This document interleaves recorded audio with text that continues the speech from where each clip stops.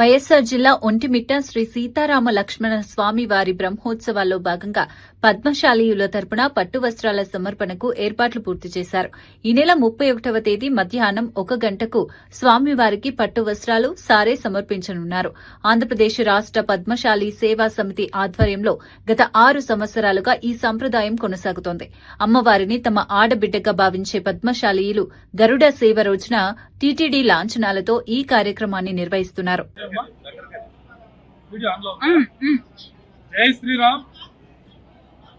రెండో అయోధ్యగా పేరుగాంచినటువంటి ఒంటిమిట్ట శ్రీ కోదండరామస్వాముల వారి బ్రహ్మోత్సవాలు 2026 అంగరంగ వైభవంగా రాష్ట్ర ప్రభుత్వం మరియు తిరుమల తిరుపతి దేవస్థానం వారు నిర్వహిస్తున్నారు.